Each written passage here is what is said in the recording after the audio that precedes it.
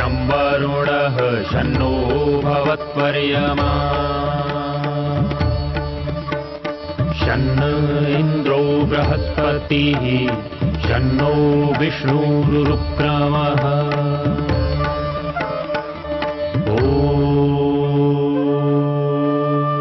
शान्ति शान्ति शान्तिः।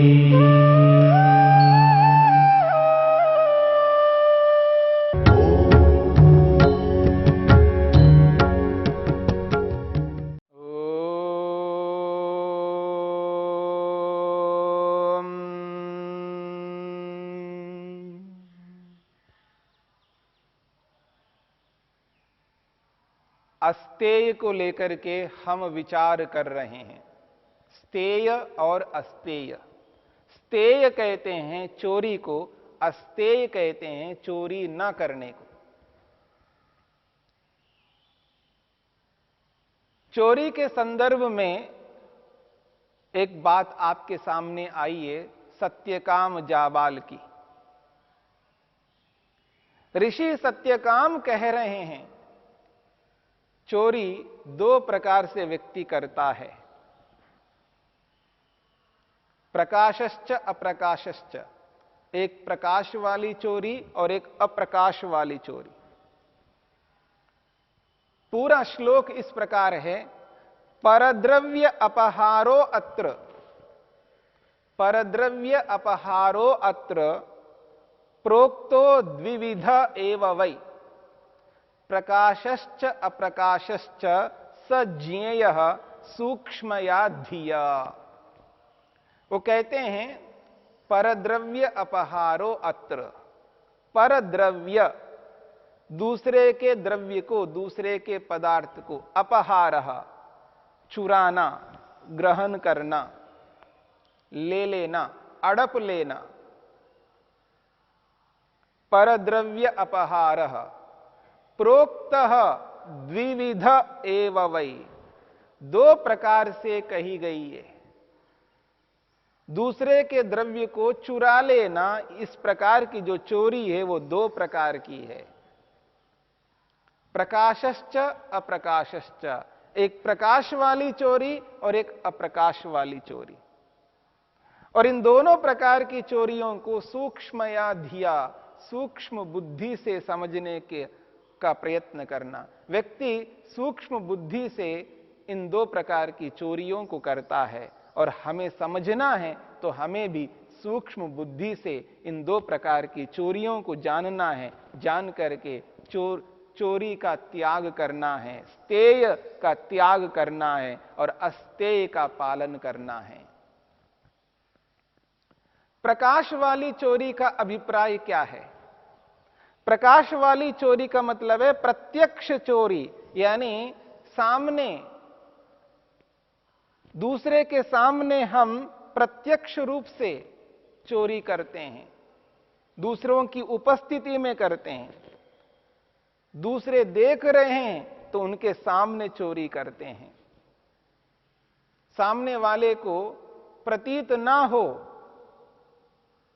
उसको एक प्रकार से नजरअंदाज करते हुए या उसके नजर बंद करते हुए हम चोरी करते हैं। जैसे जादूगर जादू करता है, नजर बंद करके वो जादू करता है, ऐसे ही व्यक्ति दूसरे का नजर बंद करके उसके देखते हुए उसके आंखों में धूल झोंक करके उसके समक्ष ही व्यक्ति चोरी करता है। यह है प्रकाश वाली चोरी। बहुत मोटा उदाहरण है।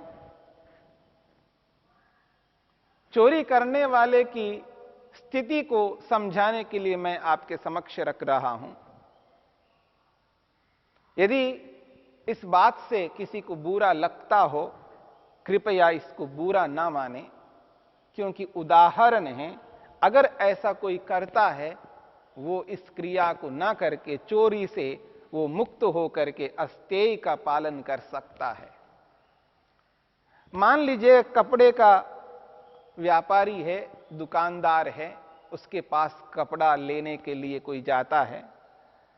उसने कपड़े को पसंद किया है और ये कपड़ा मेरे को चाहिए, मेरे को 10 मीटर कपड़ा दीजिएगा। वो जो गज होता है, जो मीटर होता है, उससे वो कपड़ा नापता है, उसी के सामने नापता है। उसने ये ऑर्डर दिया है, ये कमिट किया है, मेरे को 10 मीटर चाहिए। अब वो 10 मीटर उसका हो गया है। अब उसमें से वो चोरी करता है तो कैसे करता है? जब उससे नापने लगता है तो नापते वक्त वो ऐसा करता है कि थोड़ा थोड़ा वो कम करता जाता है उसके सामने।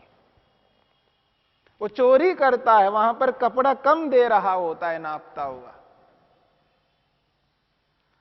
ऐसे ही दुकानदार है, वो तुला से नापता है। अब उस तुला में कुछ ऐसी स्थिति रखता है जिससे कि वो वजन कम तुले, वो चोरी करता है।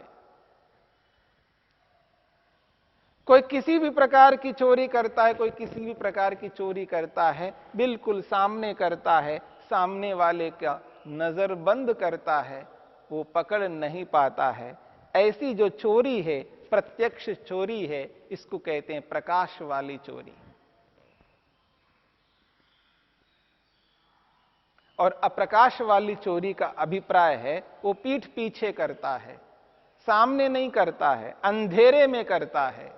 जैसे रात को चोर आकर के चोरी करके ले जाते हैं, या रात को अंधेरे में लूट लेते हैं, या और इस प्रकार के जो पीठ पीछे जो अप्रत्यक्ष रूप से जो चोरियां करते हैं, इनको अप्रकाश वाली चोरी कहते हैं। और इन चोरियों को करने के लिए व्यक्ति बुद्धि लगाते हैं, किस प्रकार करने से लोगों से हम ये पदार्थ ग्रहण कर सके। तो उसी सूक्ष्म बुद्धि से हमें भी समझना है कि ऐसी चोरी नहीं करनी है। जब ऐसी चोरी करते हैं, जिस व्यक्ति की वो पदार्थ, वो वस्तु जब हम ले लेते हैं, उस वस्तु को लेने से उस व्यक्ति को जो दुख होता है, कष्ट होता है, पीड़ा होती है, ये अन्यायपूर्वक हो रहा है, इसलिए ये हिंसा कहलाएगी। और ऐसी हिंसा करना अनुचित है, क्योंकि चोरी से हिंसा होती है और चोरी ना करने से अहिंसा होती है। ये तो एक मोटे से उदाहरण है। और देखिए लोग किस प्रकार की चोरियां करते हैं। टैक्स की चोरी करते हैं, इनकम टैक्स की चोरी करते हैं, सेल टैक्स की चोरी करते हैं, और भी बहुत सारी चोरियां ऐसा करते हैं जिससे व्यक्ति को हानि होती है, और संविधान को तो बहुत बड़ी हानि होती है। देश को यदि हम गरीब बनाते हैं तो ये भी एक जरिया है, एक माध्यम है। हम चोरी कर करके देश को हम नुकसान पहुंचाते हैं, और उस नुकसान की भरपाई भी हमें ही करना पड़ता है। जब हम इस प्रकार की चोरियां कर करके यदि सरकार को हम कमजोर करते हैं, तो सरकार भी मजबूर होकर के हमसे फिर वो ग्रहण करने की चेष्टा करती है। तो इस प्रकार से हम सरकार से लूटें और सरकार हमसे लूटे, ये अनुचित है। कोई किसी से ना लूटे। कोई भी अन्यायपूर्वक हमारी संपत्ति को, हमारी वस्तुओं को, हमारे इन पदार्थों को ग्रहण ना करे, चाहे हमारे अंदर के हो चाहे बाहर के हो। हम किसी की वस्तु को बिना पूछे संविधान के विरुद्ध हम ग्रहण नहीं कर सकते। किसी भी प्रकार की चोरी हमें नहीं करनी है। हम आपस में भी, अपने लोगों के बीच में भी हम अनेक बार इस प्रकार का व्यवहार करते हैं जिससे अन्यों को दुख प्राप्त होता है। जब हम आपस में एक दूसरे की वस्तुओं को ले लेते हैं, यद्यपि इस भावना से नहीं लेते हैं कि उसको हम चुरा करके ले जाएं, लेकिन ऐसा करने से भी अन्यों को दुख होता है, कष्ट होता है। उनसे बिना पूछे जब किसी वस्तु को लेते हैं तो भी उनको दुख होता है, कष्ट होता है। एक प्रकार से यह भी चोरी है। उदाहरण के लिए जब समूह में हम रहते हैं कहीं पर और किसी के जूते चप्पल पहन करके हम इधर उधर हो लेते हैं किसी काम से, किसी कारण से, शीघ्रता से या अनजाने से या जिस किसी भी प्रकार से हम ऐसा करते हैं, तो जिस व्यक्ति की वो चीज है, वो वस्तु है, जब उस वस्तु को वो नहीं पाता है, उसको वो वस्तु नहीं मिल रही होती है, उसको कितना कष्ट होता है, कितना दुख होता है। और ऐसा हम जो दुख उन्हें दे रहे हैं, ये अन्यायपूर्वक दे रहे हैं, इसको भी चोरी कहते हैं। भले ही हम उस वस्तु को वापस ला करके रखते हों और जब तक ले जाते हैं तब तक वो चोरी ही मानी जाएगी। और क्योंकि बिना पूछे हमने उस वस्तु को लिए और उस वस्तु को लेने के कारण से वह वस्तु जब उस व्यक्ति को, मालिक को नहीं मिल रही होती है, उसको जो कष्ट होता है, जो पीड़ा होती है, वो अन्यायपूर्वक हो रही है पीड़ा, अन्यायपूर्वक वो कष्ट हो रहा है। तो इस प्रकार से ऐसा करके हम चोरी कर रहे हैं। इसलिए बिना पूछे किसी भी वस्तु को नहीं लेना चाहिए। यदि हम अपने लोगों के बीच में ऐसा करते हैं तो वो अपने मान करके चलते हैं, तो उस अपने को हम दुख नहीं दे सकते। यदि वो अपना है तो उसको हम दुख नहीं दे सकते, उसको दुखी नहीं कर सकते। फिर व्यवहार कैसे करें? इस प्रकार करने से व्यवहार में हानि हो सकती है। हम अपने व्यवहार को सुधार करने के लिए दूसरे के साथ अनुचित व्यवहार नहीं कर सकते। हम अपने व्यवहार को बनाए रखने के लिए दूसरे के साथ में अन्याय नहीं कर सकते, दूसरे के साथ अनुचित व्यवहार नहीं कर सकते। एक व्यवहार को बनाए रखने के लिए दूसरे व्यवहार को बिगाड़ नहीं कर सकते। इस बात को समझ करके चलना होगा। और भगवान ने हमें बुद्धि दी है, हमें ऐसा ज्ञान दिया है, उस ज्ञान का प्रयोग करना चाहिए। यदि ऐसे ऐसे अवसरों पर ऐसी परिस्थितियां आती हैं और बिना पूछे उन वस्तुओं को लेना पड़ता है, तो उसके लिए पहले ही स्वीकृति लेनी चाहिए, जिसको कहते हैं समझौता कर लेनी चाहिए, अग्रीमेंट कर लेना चाहिए। मान लीजिए दो मित्र हैं, साथ में रहते हैं और एक दूसरे की वस्तु को कभी लेना पड़ता है और बिना पूछे लेते हैं, उसको जब नहीं मिलता है तो उसको दुख होता है, कष्ट होता है, पीड़ा होती है। और एक प्रकार से ये चोरी ही मानी जाती है। क्यों? क्योंकि बिना पूछे मालिक को, स्वामी को बिना पूछे उसके द्रव्य को ग्रहण करते हैं, तो ये चोरी है। तो ऐसी स्थिति में व्यक्ति को क्या करना चाहिए? मित्र है, आपस में रहते हैं, एक दूसरे की वस्तु को लेने की आवश्यकता पड़ती है, तो उस स्थिति में उनको स्वीकार कर लेना चाहिए, अग्रीमेंट कर लेना चाहिए, समझौता कर लेना चाहिए कि कभी ऐसा अवसर आ जाए, आप ना रहे, आप इधर उधर किसी काम में व्यस्त रहे और आपकी वस्तु को लेना पड़े, तो क्या मैं आपकी वस्तु को आपसे बिना पूछे ले सकता हूं? ऐसी अनुमति अगर हम लेते हैं, और मित्र होने के नाते वो इनकार नहीं कर सकता, वो कहता है आप बेशक ले सकते हैं, अवश्य ले सकते हैं। जब उसने स्वीकृति दे दी है, उसके बाद में जब कभी हमें आवश्यकता पड़े, उस मित्र की अनुपस्थिति में, उसके ना रहने पर उसकी वस्तु को बिना पूछे भी हम ले लेते हैं, तो उसमें अनुचित नहीं होगा। क्योंकि जब वो वस्तु उस व्यक्ति को नहीं मिलती है तो उसको दुख नहीं होता, कष्ट नहीं होता, उस व्यक्ति को समझ में आता है, हां यहां वस्तु नहीं मिल रही है, इसका अभिप्राय है मेरे मित्र ने लिया होगा, इसलिए यहां पर वो वस्तु नहीं है, इसलिए उसको कष्ट दुख नहीं होता और उसका समय व्यर्थ नहीं होता है, उसको ढूंढना नहीं पड़ता है। और वापस उस वस्तु को लाकर के हम रख दें और उस व्यक्ति को बोल दें, हां आपकी वस्तु को मैंने लिया था और वापस रख दिया। ये जो व्यवहार है, आगे के व्यवहार को ना बिगाड़ना है, आगे के व्यवहार को समुचित रूप में रखना है। तो भले ही हमने पहले स्वीकृति लिए, उसके उपरांत भी जब उसको ले जाते हैं, वापस रखते हैं, और वापस रख करके उस मित्र से हमें बोलना होगा, बताना होगा, अमुक वस्तु को आपकी अनुपस्थिति में मैंने ली थी और वापस रख दिया, ये बताना ही चाहिए। यदि ऐसा नहीं बताते हैं तो कल को इस अवसर का लाभ उठाते हुए कोई व्यक्ति, दूसरा तीसरा कोई व्यक्ति अन्यायपूर्वक उस वस्तु को चुरा लेता है, और ऐसी स्थिति में जिस मित्र की वो वस्तु है, वह व्यक्ति हम पर आरोप लगा सकता है, हम पर अविश्वास उत्पन्न कर सकता है, क्योंकि आपके अतिरिक्त और कौन ले सकता है। यदि हम जब जब लेते हैं तब तब उनको सूचित करते हैं, बताते हैं, तो उसमें विश्वास बना रहता है।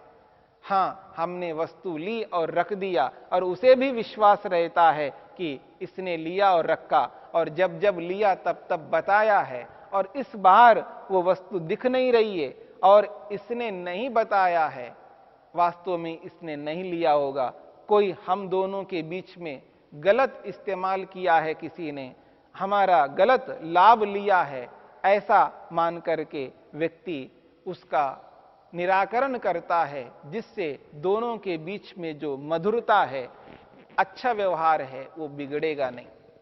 इसलिए आपस में रहने वाले, चाहे वो मित्र हो, पति पत्नी हो, या और भी कोई भी निकट के हो या दूर के हो, परस्पर जब व्यवहार करते हैं तो इस व्यवहार में इतना हमें अवश्य ध्यान रखना होता है, जिससे हम आपस में जो व्यवहार करते हैं वो व्यवहार अनुचित ना हो, अन्यायपूर्वक ना हो, उस व्यवहार से दूसरों को दुख कष्ट ना पहुंचे, इसका विशेष ध्यान हमें रखना चाहिए।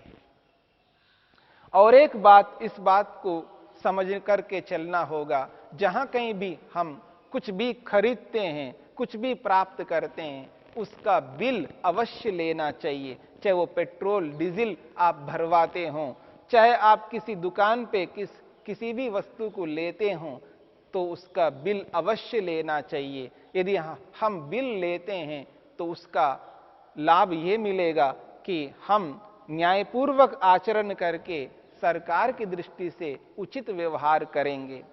यदि संविधान के अनुरूप व्यवहार नहीं करते हैं तो वो भी चोरी मानी जाती है, क्योंकि वहां पर जब हम बिल नहीं लेते हैं तो बिल के कारण से जो टैक्स सरकार को मिलना चाहिए वो टैक्स सरकार को मिल जाता है, और जब हम बिल नहीं लेते हैं तो उसको टैक्स की चोरी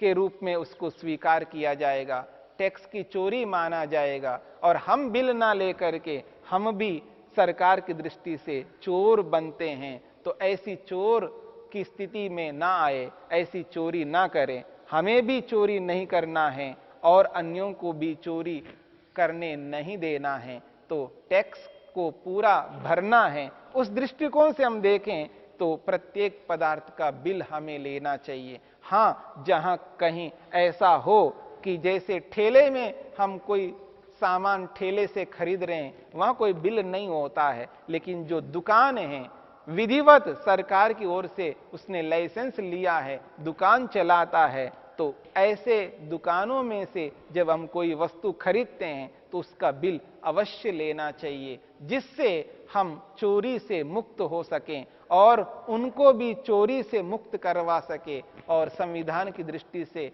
वो भी सही होंगे, हम भी सही होंगे। इस प्रकार से हर दृष्टि से चोरी का त्याग करके अस्तेय का पालन करने पर हम अपने लक्ष्य के ओर अग्रसर होते हैं।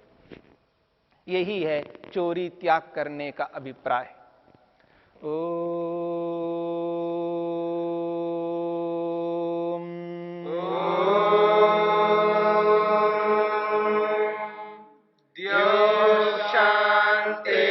शांतिरंतरिक्षं शांति पृथिवी शांतिरापः शांतिरोषधयः शांतिः वनस्पतयः शांतिर्विश्वे देवा शांतिर्ब्रह्म शांति शान्तिरेव शान्ति शान्ति